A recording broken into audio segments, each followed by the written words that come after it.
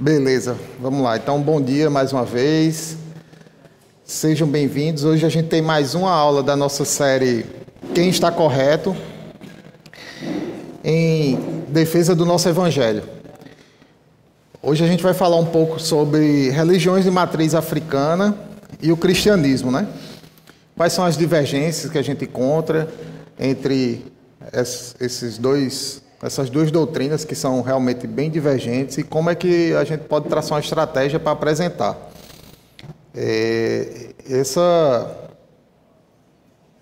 Essa foi uma religião assim que para mim foi bem difícil. Assim, as outras, em alguma medida, eu já tinha tido algum contato, né?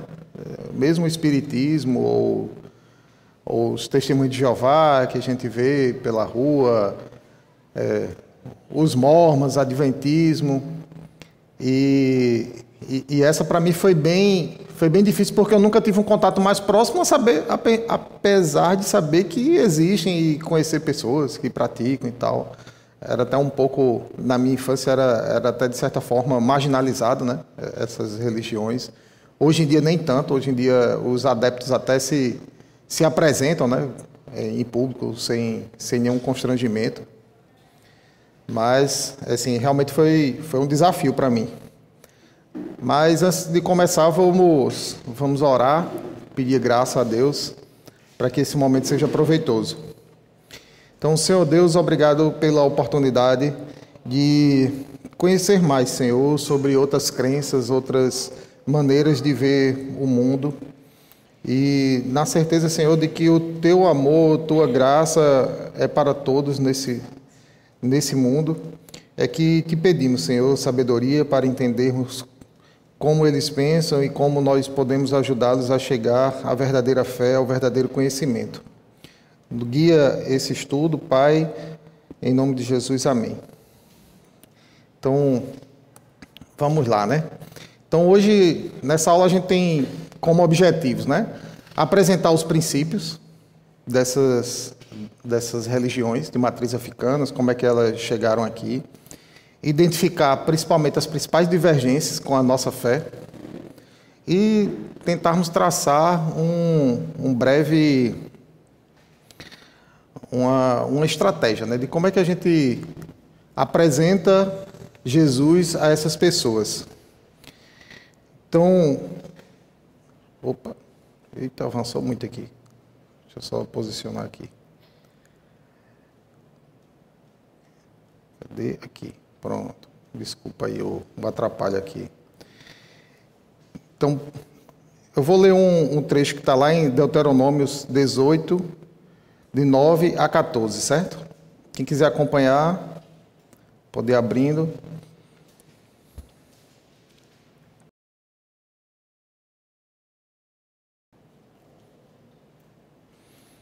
Pronto.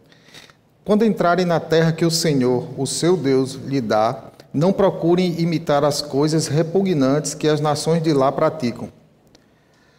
Não permitam que se ache alguém entre vocês que queime em sacrifício o seu filho ou a sua filha, que pratique adivinhação, ou que dedique-se à magia, ou faça presságios, ou pratique feitiçaria, ou faça encantamentos, que seja médium ou espírita, ou que consulte os mortos. O Senhor tem repugnância para quem pratica estas coisas, e é por causa dessas abominações que o Senhor, o seu Deus, vai expulsar aquelas nações da presença de vocês. Permaneçam inculpáveis perante o Senhor, o seu Deus. As nações que vocês vão expulsar dão ouvidos aos que praticam magia e adivinhação. Mas a vocês, o Senhor, o seu Deus, não permitiu tais práticas.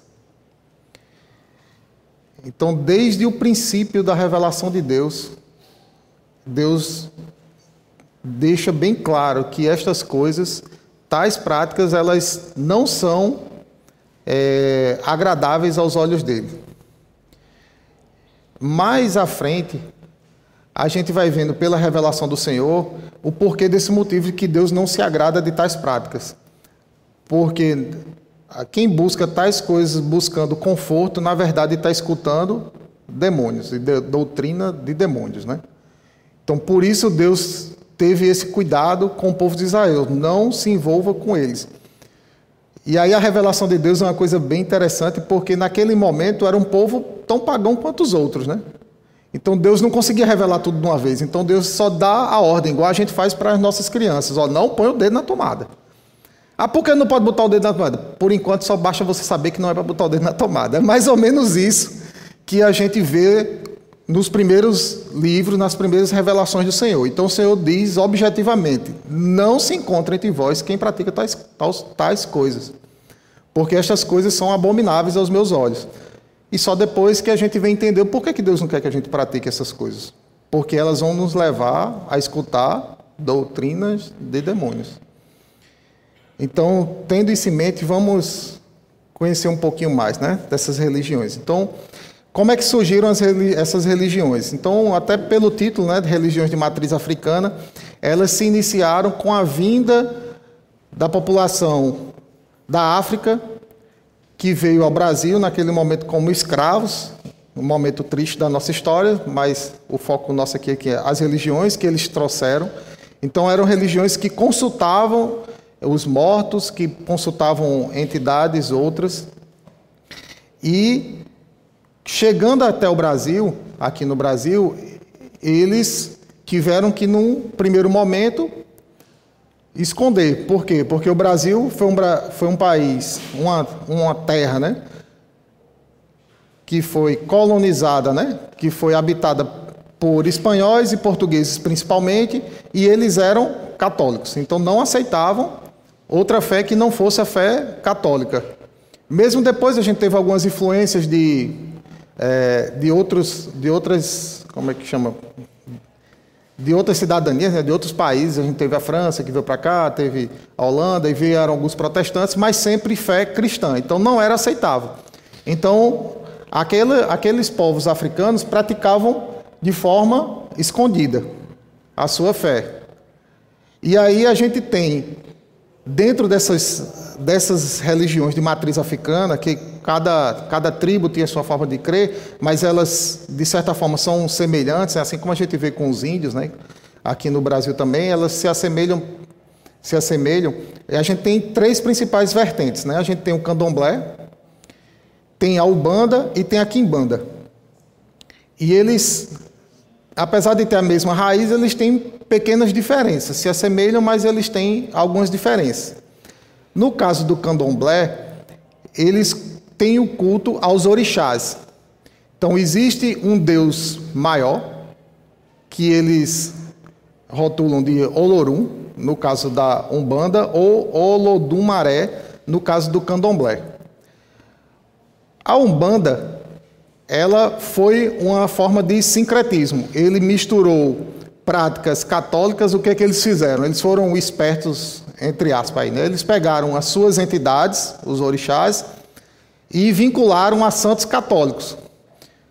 Então, na Umbanda, eles ainda inseriram também outras figuras. Além dos orixás, na Umbanda, a gente vai ter as figuras do preto velho, do caboclo, dos ireis.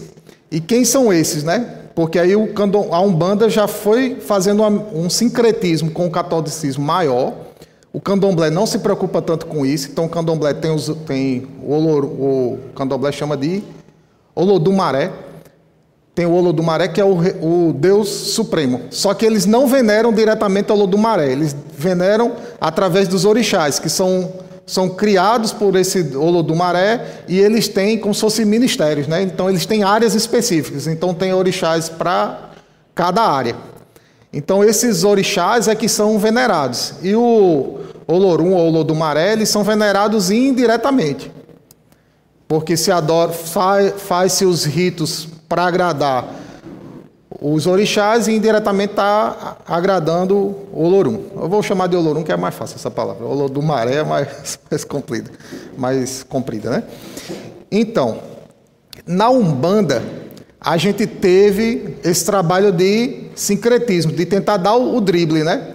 Então, eles pegaram Jesus e equipararam Jesus a um orixá. já que o Deus Supremo era outro. Então Jesus estaria abaixo, e foram fazendo esses paralelos. E foram pegando outros santos, São Jorge, né, que a gente escuta muito, e vão associando a orixás, e dessa forma vai. Na quimbanda, eles não se preocupam em fazer nenhuma associação direta, porque a quimbanda volta para... Aí na quimbanda a gente já escuta mais o termo Exu também, além de orixás, os Exus e pombagira, né? Então, o Exu é sempre associado a uma figura masculina. Então, e tem vários, pessoal, assim, quando eu fui pesquisar, eu não vou dizer o link não, mas acreditem em mim, acho que não vale a pena vocês estarem... Foca na nossa fé até que você esteja forte o suficiente, não, sem dúvida, de como é que a gente crê, para não estar aprendendo doutrinas erradas, né?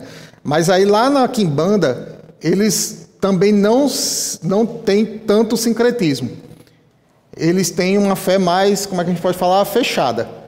Então eles creem também nos orixás, mas a gente começa a ouvir a figura dos Exus, e aí tem uns nomes bem interessantes, que é negócio bem português, né? O Exu Capa Preta, porque a entidade usa uma capa preta, o Exu Tranca-Rua, aí tem as pombagiras, que normalmente é uma figura feminina, então tem a pombagira, até me esqueci, 7 saias, pombagira, e tem vários, assim, é um panteão enorme de entidades. E na Umbanda, aí voltando para o Ubanda, no sincretismo, que aí misturou figuras do catolicismo, também com o espiritismo kardecista, e aí a gente tem do espiritismo kardecista bem forte a figura dos mortos, né? E aí é que vem o preto velho, que seria o espírito de um escravo negro, tem a figura do caboclo, que seria o espírito de um indígena, e temos as figuras dos ireis, que são o espírito de crianças.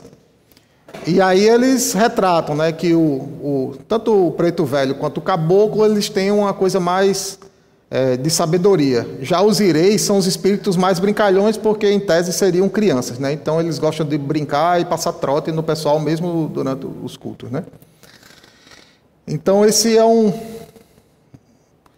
o cenário, né? Então uma tabelinha aqui para a gente ver comparativa, né, entre essas religiões. Então, a origem são sempre de tradições africanas. No caso da Umbanda, a gente teve...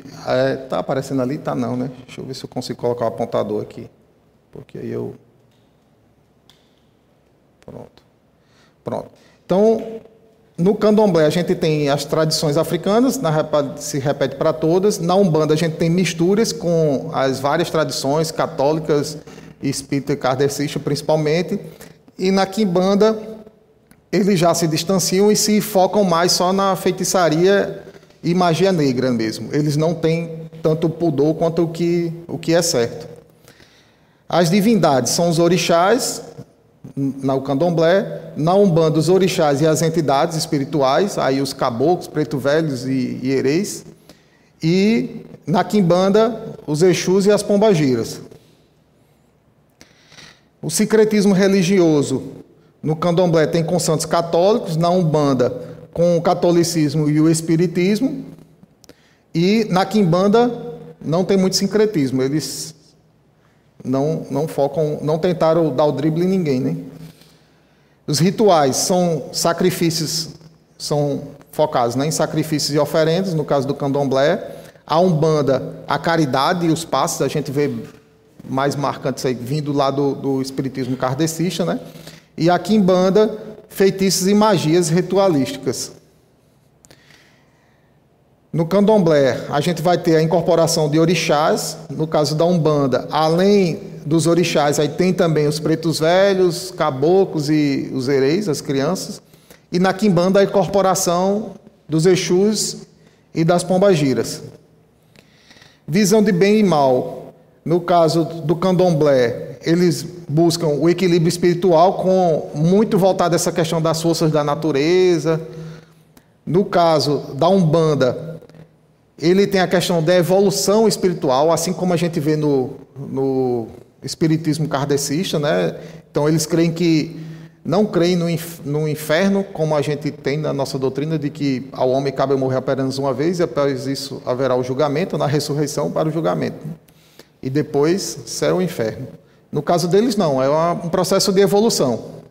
No caso da Umbanda. No Candomblé isso não fica tão claro e também na Quimbanda também não fica tão claro essa questão de reencarnação, bem e mal, é o que está agora e a busca é sempre pela minha satisfação imediata. Então, daí eles não se importarem muito com essa questão moral de o que é correto, do que é errado, do que é o bem, do que é o mal. É o meu desejo, então eu vou fazer o meu trabalho para que as entidades me traçam, né, me tragam aquilo que eu desejo, né? Se é um carro, um carro. Se é um casamento, que seja o casamento. Ainda que, para isso, implique no mal de outra pessoa. Então, na Quimbanda não se preocupa muito com bem, com mal, certo e errado. É o meu desejo e eu vou lá e contrato o trabalho e está tudo certo. Na cabeça deles, né? Então, um resuminho, né? Então, a semelhança entre o Candomblé, Umbanda e Quimbanda. A gente tem, todas compartilham as raízes de tradições africanas, todas envolvem a questão da incorporação de espíritos, sejam eles entidades superiores ou espírito de alguém que já morreu aqui, e o uso de oferendas nos seus rituais. E, além das oferendas, que eu não escrevi aqui, tem também a questão dos amuletos, né?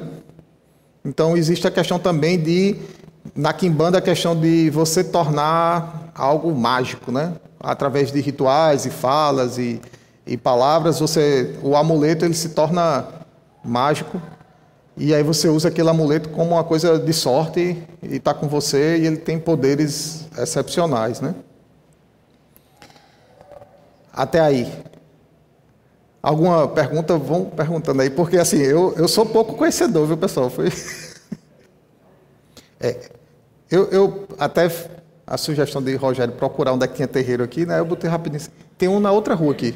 Nessa rua da frente tem uma casa. Não chegou a esse nível a minha curiosidade.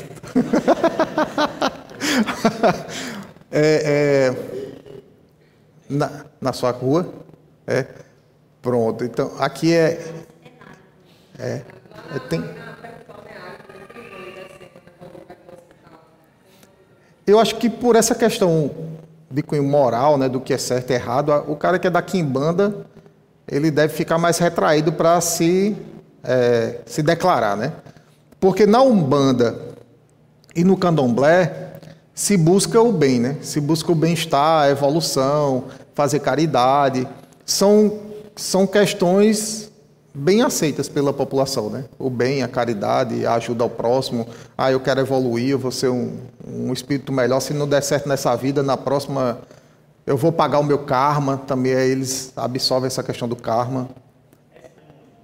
Não, para eles são como semideuses. No caso dos Exus e Orixás e a Pombagira. No caso da Quimbanda é que usa mais essa questão da Pombagira. A Pombagira é associada a uma entidade feminina e o Exu a uma entidade masculina, pelo que eu entendi, né? E aí são vários, são um panteão, são criados pelo Deus maior, o Olorum ou Olodum Maré, né? E eles estão no nível abaixo. O Olorum não aparece. Você não adora direto ao Deus maior, que seria o Olorum, seriam esses orixás.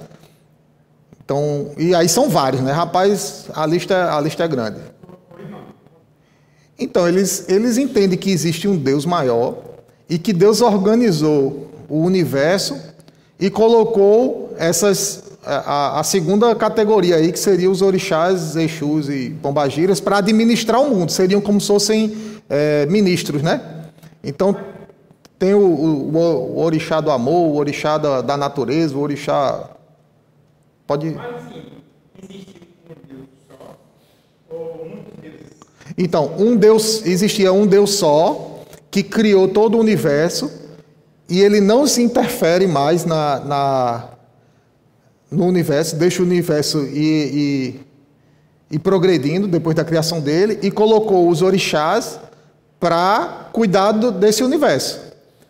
E aí os orixás funcionam como ministros, e eles vão dando as ordens por aqui. E o Deus, o Olorum, fica observando. Mas agora, a origem desse mal vem de onde? Qual é a origem? Então, eles não entendem que é mal. Eles não veem como sendo mal. Mas tem uma origem. Quer dizer, Deus não criou o mal.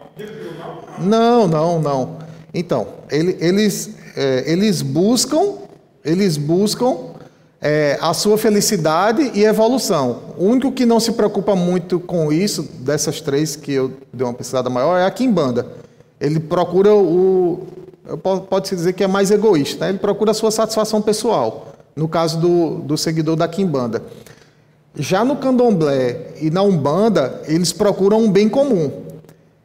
E o certo e o errado a gente entende porque não foi revelado por Deus, né? Deus disse, ó, isso aqui é certo. Então, o que não está dentro da vontade de Deus é o errado, né? Mas, na verdade, assim, só tem dois caminhos, né? Não tem meio do campo. Em Deuteronômio, no capítulo 9, diz assim, eis que eu coloco dentro de você a vida E a morte. a bênção e a maldição. A maldição veio de Deus? Não veio. Não. A morte veio de Deus? Não. Foi a escolha que nosso pai escolheu. A morte física. Ok? Então, foi nosso pai. A bem o mal não veio de Deus. Porque o mal, como se diz a Bíblia aqui, a origem dele foi lá na eternidade. A rebelião do anjo contra a Deus. Então ele não é bem. Aquele não vai bem. Então, eu fiquei uma aula no Espiritismo 2 anos. E eles não têm nada do que vem de Deus. Não tem nada do que vem de Deus. Então, é isso. No entendimento dos seguidores dessas religiões, eles não estão fazendo nada de errado. No entendimento deles, eles estão seguindo semideuses que foram colocados aqui para guiar o mundo. Então, assim, é um entendimento errado, nós temos essa revelação que sim, é um entendimento errado. Mas eles ainda não têm o entendimento correto. Então, por isso que a gente tem que ter uma estratégia para apresentar e aí Deus se revelando aos corações deles, eles se converterem, né? Do engano. Se eles quiserem também. Se eles quiserem, mas...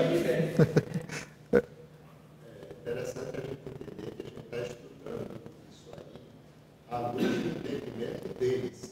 Sim, eu estou apresentando o que eles entendem. Isso aqui é como eles entendem. Não. Mas até para entendermos o que eles pensam, a gente tem que estudar à luz do que eles pensam.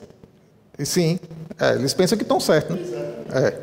Mas aí, já no próximo slide, a gente começa a mostrar umas divergências bem incisivas para a gente ver como eles estão fora da verdade, né? Mas... Não, essa é outra dificuldade. Eles não têm... o conhecimento deles é todo oral, né? É todo de tradição oral. Então, isso dificulta também a você estudar, porque aí eu tive que entrar nos sites aí, teve uma base de conhecimentos, a Annabelle me ajudou, botou no chat GPT, botou um monte de coisa lá para poder fazer pergunta, né?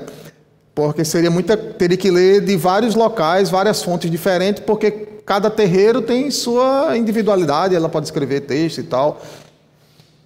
É diferente mesmo que sejam seitas, mas elas têm matrizes ou cristãs, ou judaicas. Isso.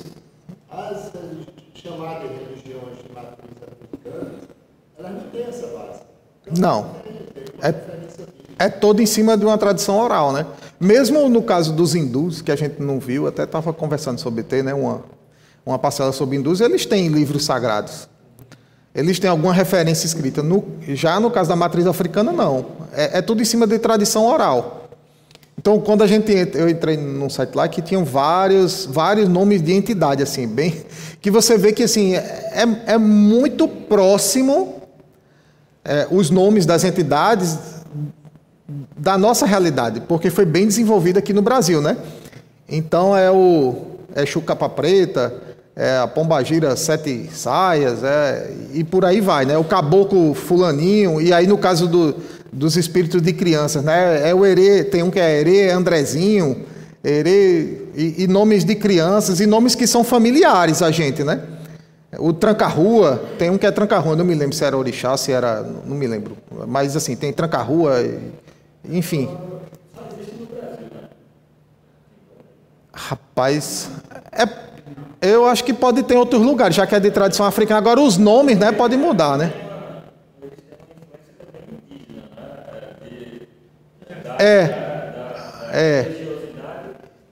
Isso, por isso que trouxe tem até a história do caboclo, né? Quando é foi aí que eu entendi. Por que chama de preto velho? Por que chama de caboclo? Porque quando chama caboclo é porque é um espírito que era de um índio. Se for o preto velho, era de um negro africano. E se for um herê, de uma criança. E aí, estava aqui lembrando aqui, no site que eu dei uma consultada, é bem interessante, porque eles põem algumas imagens, né, alusivas, né, à entidade. E aí o caboclo é sempre um fenótipo de indígena. Se é um preto velho, de um negro. E se é um herê, aí você vê uma diversidade bem grande. Porque aí você vê crianças que são indígenas, crianças que são brancas, crianças que são negras. É bem diverso, bem rico, assim, em termos culturais é bem rico, assim, realmente. Diz, Felipe, estava levantando a mão. A questão, né, da respeito da autoridade da fé deles, né? Por exemplo, no caso dos mormons, da Testemunha de Jeová, né, das seitas cristãs, né? Eles têm como uma autoridade que eles dizem que é infalível a Bíblia. E a fé deles entra em contradição com a própria autoridade em que eles acreditam. E no caso, então, por exemplo, no caso dos mormons da Testemunha de Jeová, é muito mais fácil para mostrar por que eles estão errados, porque eles já têm uma coisa que eles consideram autoridade que entra em contradição com o que eles dizem. Sim, Mas no caso das suas religiões, não nada, porque eles ou não consideram a Bíblia como autoridade, ou consideram como uma autoridade um pouco mais falível, no caso do Espiritismo. Correto. Como eles não têm um livro de referência, então não dá para chegar para ele assim e dizer, a Bíblia diz assim. Ele falou assim, mas o que é a Bíblia? A Bíblia significa alguma coisa para você, para mim é um livro comum. A gente pode escutar isso, né? O que do ponto de vista do raciocínio deles vai aparentar para eles correto, né? Embora a gente tenha a certeza e a convicção e fé dada por Deus, não vem de nós, de que a palavra de Deus revelada ela é plena e correta, né?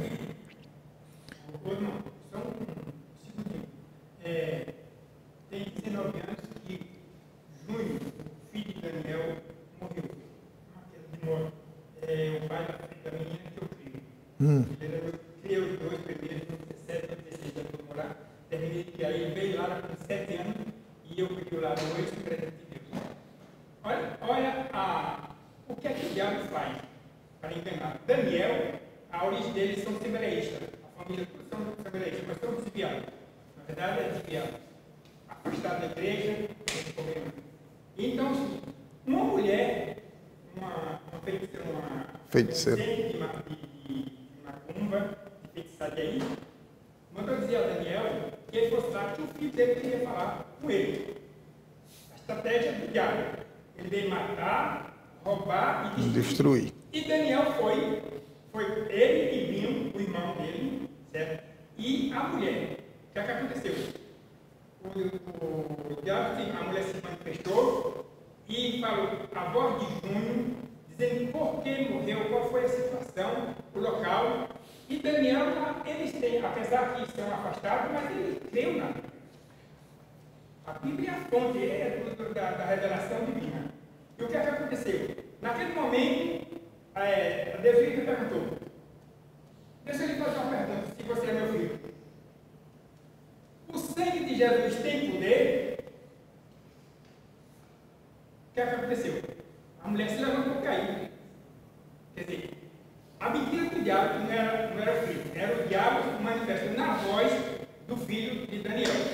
Tudo aí, entendendo? O senhor está entendendo? Entendi. Quer dizer, a missão do diabo ainda vai ser matar, roubar e destruir. Não tem outra alternativa. Mas quando ouviu o nome de Jesus, se desfez. Amém. Nós estamos indo contrário da palavra de Deus. Eu creio assim, como manda a Bíblia. Certo? Nós temos que crer isso, que não é a origem de Deus. O mal não vem de Deus. Não. É isso. Se Deus chegar, as trevas se dissipam, né? Então vamos lá, para a primeira divergência. Então, politeísmo e monoteísmo. Nas religiões de matriz africana, a gente vai ter múltiplos deuses e espíritos, né? No caso do cristianismo, a gente tem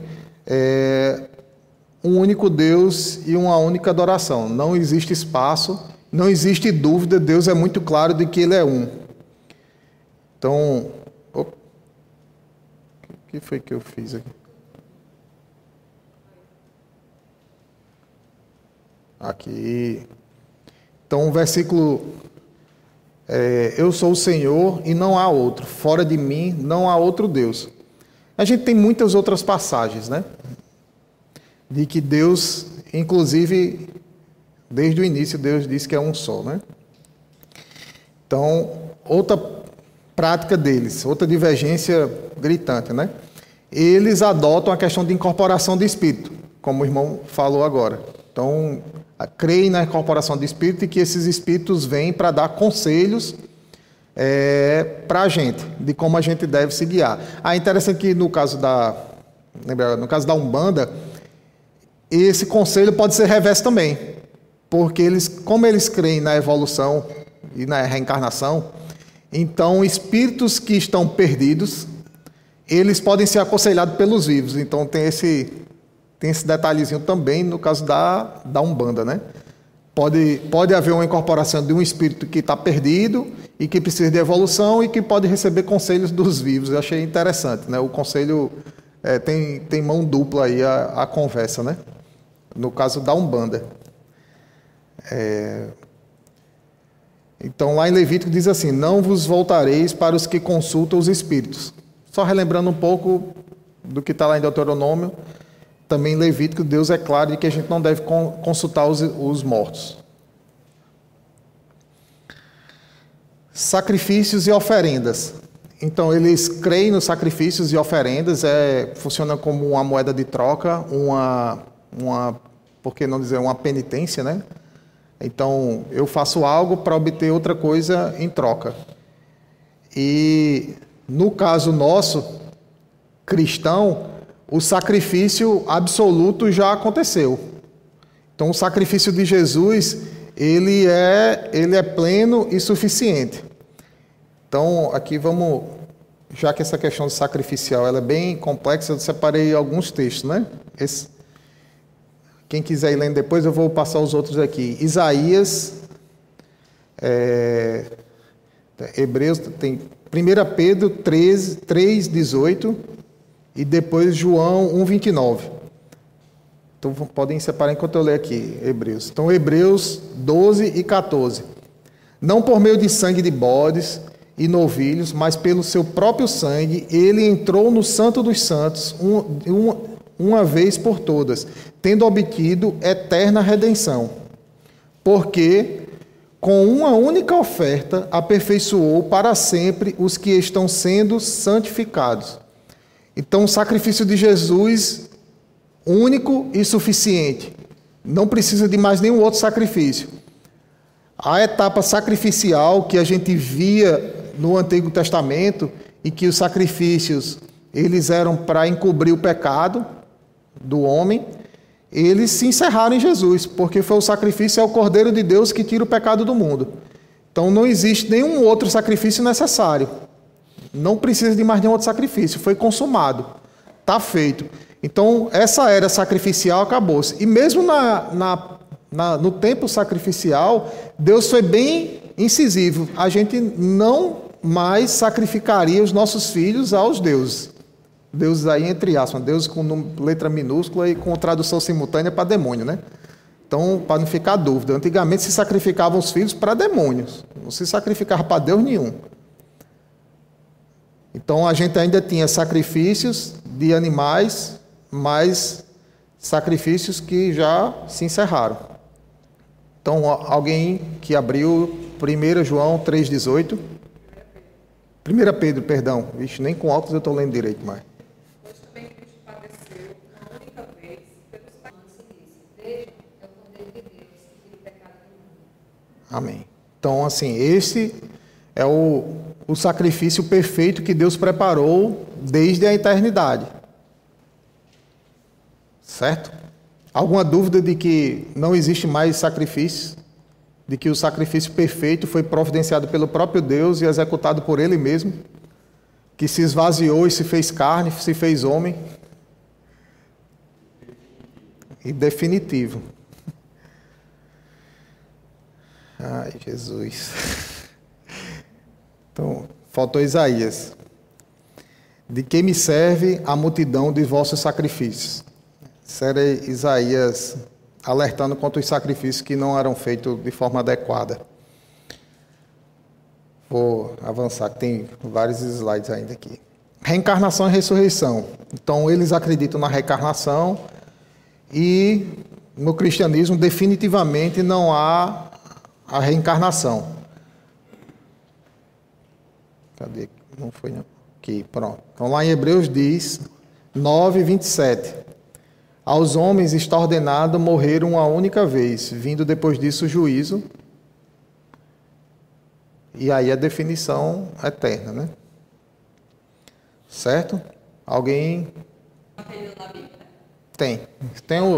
Eles chamam agora de... Tem um nome bonito, teólogos liberais. Eu não sei o que danado de liberal tem nesses teólogos, não. Estão distorcendo tudo. Sincretismo religioso. Então, houve uma mistura muito grande, né? Nessas religiões que a gente já comentou, até pelo momento quando eles chegaram aqui, que não eram permitidos cultuar de forma livre, né? E na religião, no nosso caso no cristianismo, existe uma proibição dessa mistura entre fés, né? E outras práticas religiosas. Então, lá em 2 Coríntios 6, do 14 ao 16. Vamos dar uma lidinha.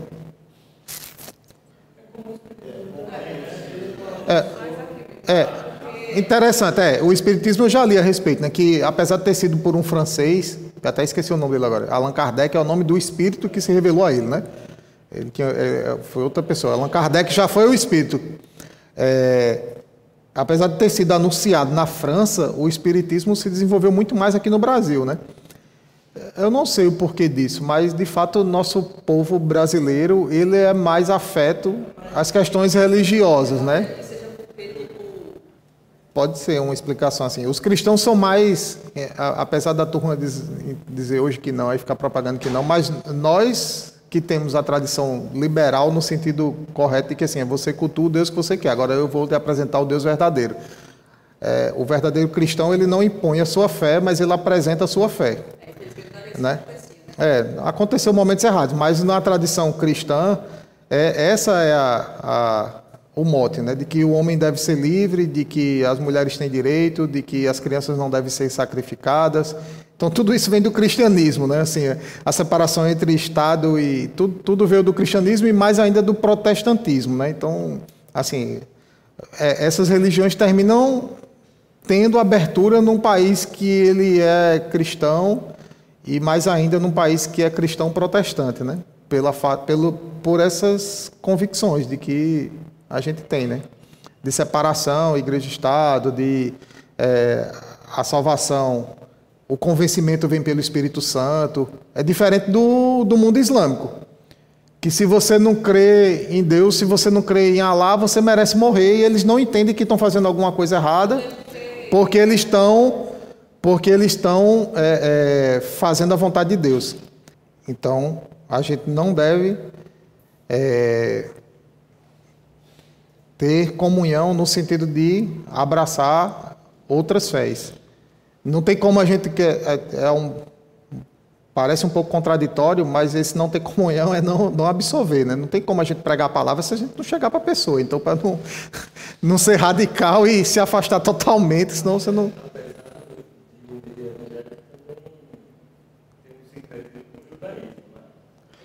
Isso está acontecendo agora, Aí tá muito nas neopentecostais, né? Muito nas igrejas neopentecostais. Infelizmente. Então, como é que a gente pode apresentar as Escrituras, né? Apresentar o Deus vivo para essas pessoas que estão sendo enganadas, né?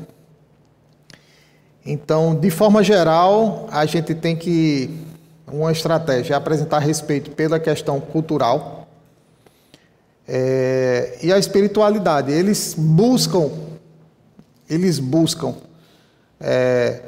algo bom, embora estejam buscando no lugar errado, mas eles buscam E eu acho que uma estratégia é entender que, assim, de fato eles buscam algo bom. Tirando a Quimbanda, que não se preocupa muito com o bem comum, as outras duas, né, que eu li, elas buscam sim algo de bom.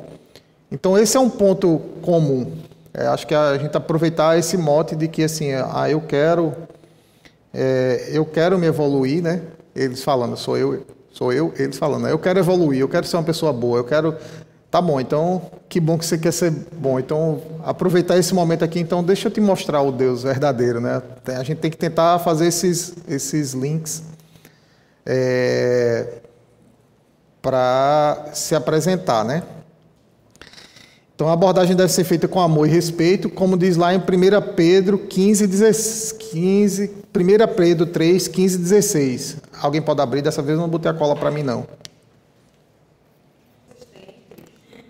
Então, esse trechinho de apresentar com mansidão e amor, ele é importantíssimo. Então, a gente tem que estar preparado. Não dá para a gente entrar numa conversa com pessoas de religiões que creem de forma muito diferente da nossa, não tem uma base comum para a gente confrontar dentro da própria Bíblia. Então, a gente tem que estar preparado, temos que conhecer a palavra e apresentar com mansidão e amor. Sempre buscando a verdade. O que não parece simples, né? Assim, a frasinha é curta, né? Apresentar com mansidão e amor. Mas você apresentar com mansidão e amor, mas apresentar o correto. Então, a gente tem que estar preparado. A gente tem que saber explicar a razão da nossa fé, o porquê que a gente crê, o porquê que Deus conduziu esse plano de salvação dele. Então, evitar ataques diretos, né? Às vezes... por falta de sabedoria, a gente pode agredir as pessoas, e se a gente chegar agredindo, vai se fechar, a pessoa não vai querer ouvir. E aí me vem assim, a nossa luta não é contra carne ou sangue. A minha luta não é contra o meu igual, né? Enquanto ser humano. Eu não estou brigando contra ele. A nossa luta é contra os espíritos. Então, a gente tem que realmente separar, assim, o entendimento errado dele é contra isso que eu estou me apresentando, não contra a pessoa, né? Senão vira pessoal, vai virar uma briga e você vai ganhar um inimigo. Então, respeitar a cultura deles a cultura e a espiritualidade pode ser o respeito e a mansidão é um dever nosso, né? E pode ser uma estratégia a gente aproveitar essa espiritualidade deles que está direcionada no errado, né? Então, a gente lembrar de que muitas dessas pessoas têm essas práticas por uma questão cultural, familiar, né? Então, é uma religião de tradição oral, que é passado de cunho familiar, né? Uma passagem que vai sendo contada para os filhos, e os filhos contam para os netos, e assim por diante. Então, existe muito apego, né? Muito apego.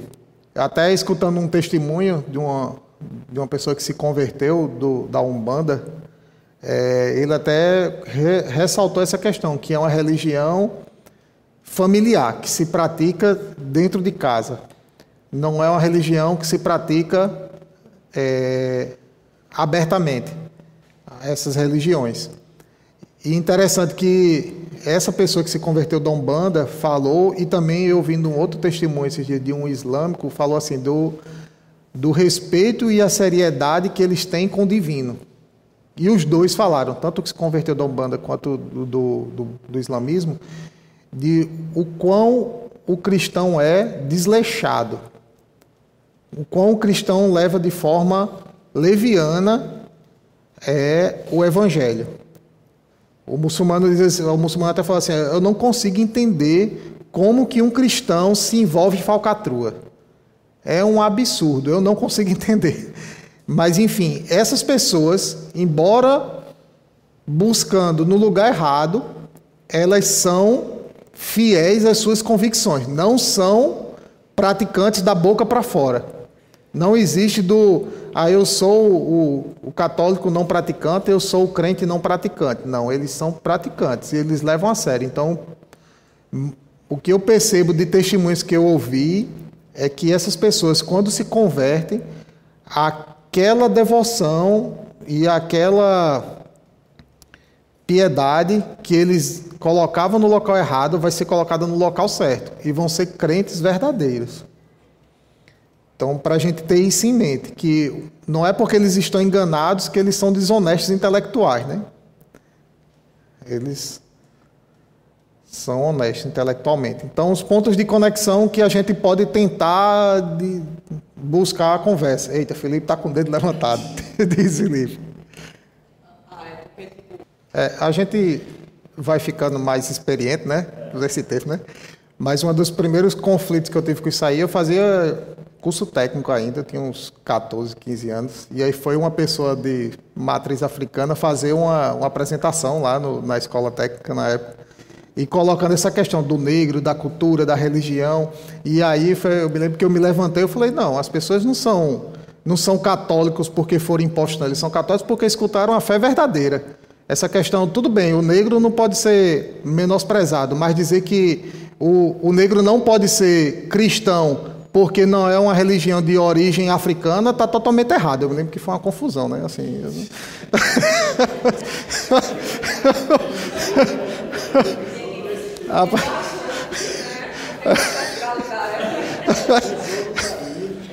Rapaz, assim, não foi muito bom não, assim, eu fiquei meio conhecido, né, na escola, mas tudo bem.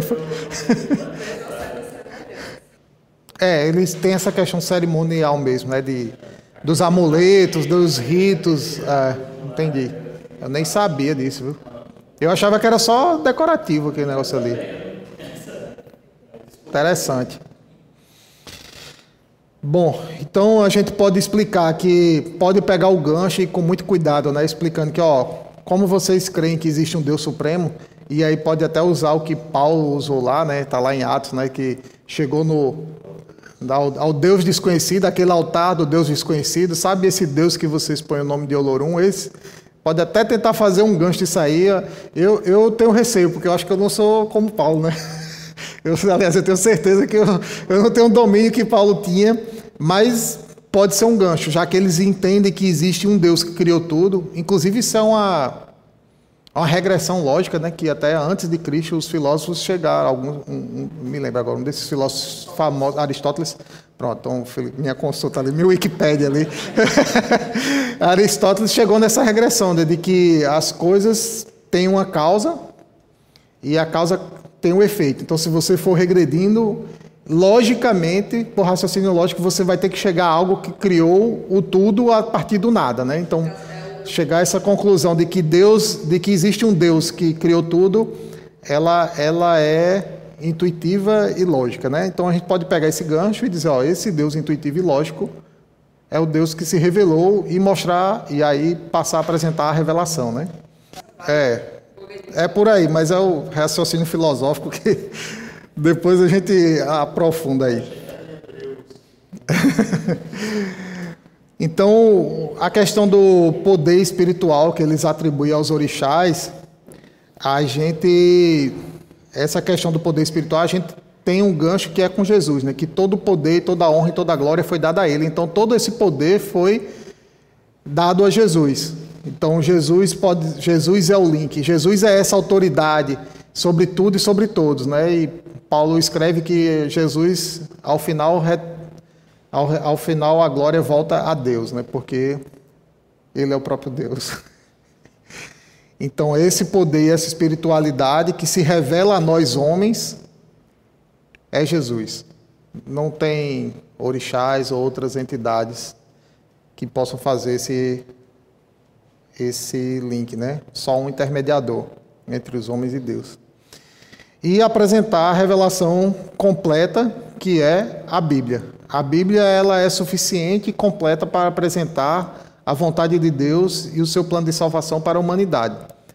Então, essa revelação completa que eles buscam, a busca dele pela plenitude, pela evolução, que vem pela oralidade, ela precisa ser substituída pela Bíblia, pela revelação completa de Deus, suficiente para que a gente alcance a eternidade. Então, são alguns pontos de conexão aí para a gente usar como estratégia. E aí a gente reforçar, né? Aí vem a parte do reforço, né?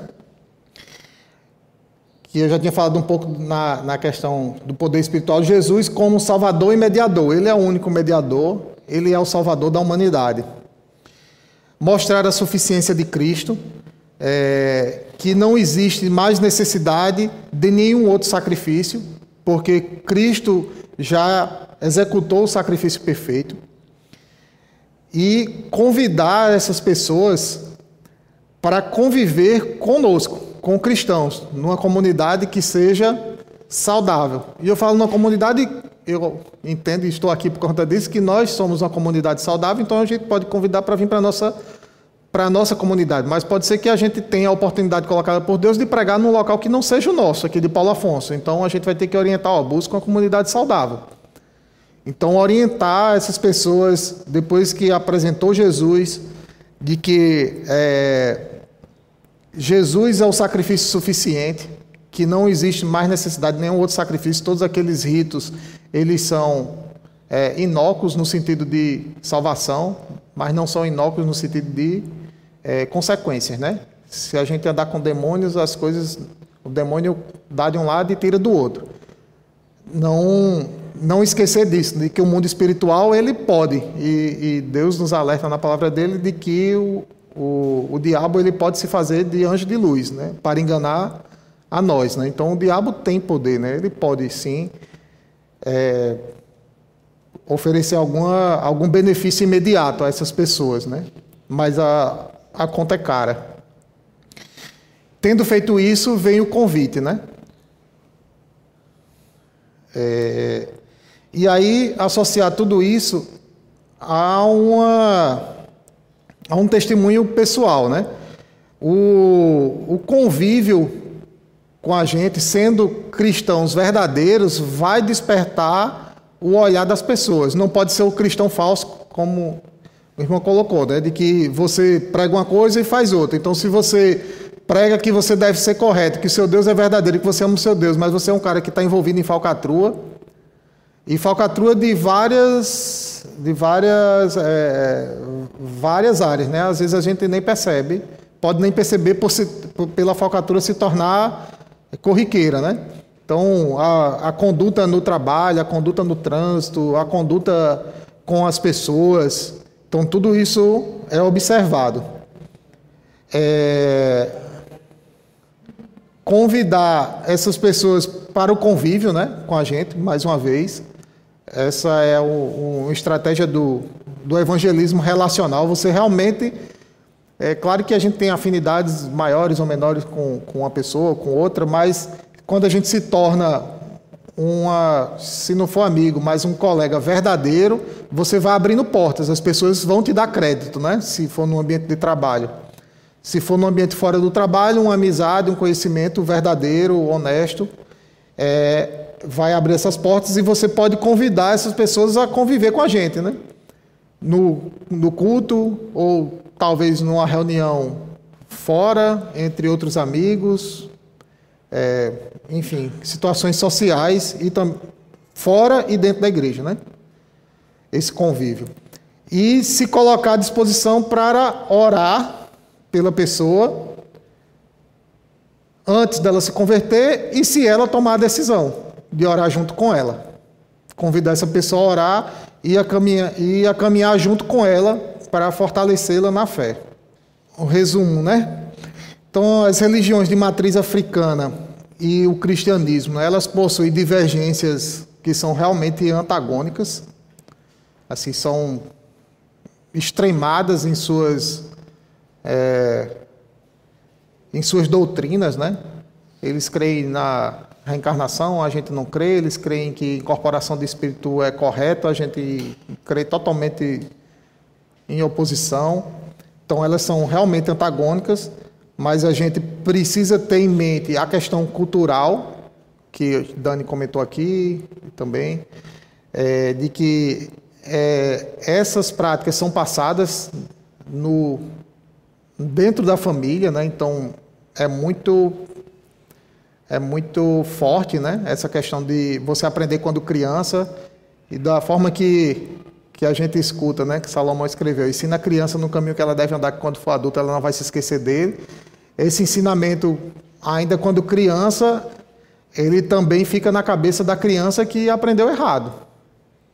Então a gente tem que ter isso em mente, tem que ter amor e compaixão por essas pessoas. E a estratégia de apresentação tem que ser essa estratégia respeitosa. O respeitosa não quer dizer concordar, certo, pessoal? Respeitar não é concordar. Às vezes as pessoas confundem essa questão. Ah, você tem que respeitar a minha opinião. Sim, eu tenho que respeitar a sua opinião, mas eu não tenho que concordar com a sua opinião. E eu tenho que ser livre para apresentar a minha opinião. E sempre com amor e mansidão. Certo? Então, esse aqui o resumo. Mais alguma? A gente se estendeu um pouquinho mais, né? Hoje foi... Mas ainda pode fazer pergunta, tá valendo ainda. Se tiver alguma sugestão, como eu falei, assim, foi uma coisa nova para mim. Não foi da minha experiência pessoal o convívio com essas religiões. O mais próximo que eu cheguei foi ir acho que dá para contar, umas 3 vezes eu fui para Centro Espírita, mas não cheguei acho que eu tomei uns passes ainda, viu? Tomei uns passes lá, mas não passou disso não. E assim, é interessante que assim, já depois que eu tomei minha decisão por Jesus, acho que veio um espírito orar por mim. Estava dando passe em todo mundo, mas quando foi para dar passe em mim, ele não quis não sei porquê, mas não quis não. Assim, o passe é um rito, os espíritas têm também e o pessoal do candomblé, né? Que ele ora com a mão nas cabeças, em posição de mãos e eles oram. Só que em vez de pedir em nome de Jesus, eles pedem que os espíritos vão lá e te abençoem, né? Algo não aconselhável, viu? Então o passe é uma oração de imposição de mãos, fazendo um paralelo com o que a gente vê na Bíblia, que houve imposição de mãos, só que o espírito é outro. Então...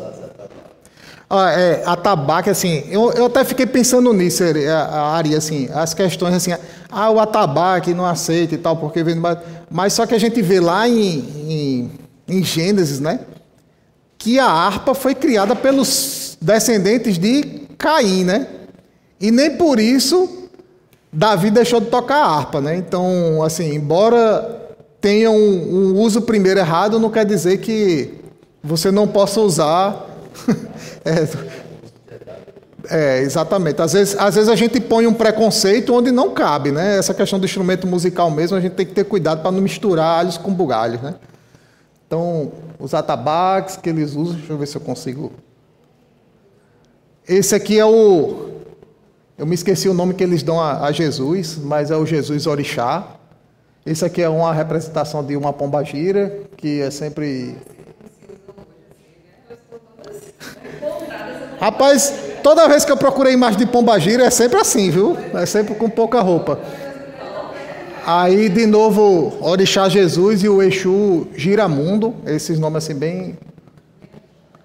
Aí mais uma, essa é a pombagira sete saias, o Exu Ossóssi.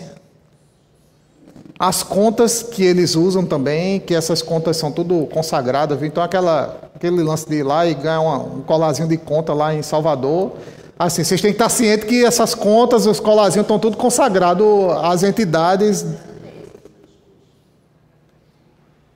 Iemanjá, né? Esse aqui é o Exu Capa Preta, Iemanjá e Exu Capa Preta.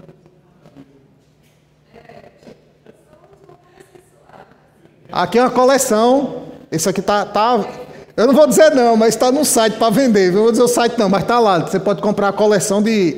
São 20 entidadezinhas de uma vez só. Compra no pacote. Tem... Como é? É por aí. Rapaz, não sei não. Vocês estão muito curiosos. Me esqueci o nome desse aqui, mas é um Exu... É um Exu guerreiro aí, que eu me esqueci o nome. Tem um que é São Jorge. Eles associam, eu não me lembro o nome. Devia ter procurado São Jorge mesmo, me esqueci. Acabou. Esse foi o último. Então, assim... Pronto. Beleza, pessoal? Então é isso. Vou só orar para a gente concluir. Pai amado, obrigado, Senhor, por esse momento em que aprendemos um pouco mais sobre outras culturas que estão ao nosso redor. Abençoa, Senhor, os nossos corações com a Tua graça, o Teu entendimento, para que a gente sempre Te busque cada vez mais e que saibamos, Senhor, apresentar a verdadeira fé, a verdadeira palavra para essas pessoas. É assim que Te oramos e Te agradecemos. Em nome de Jesus, amém.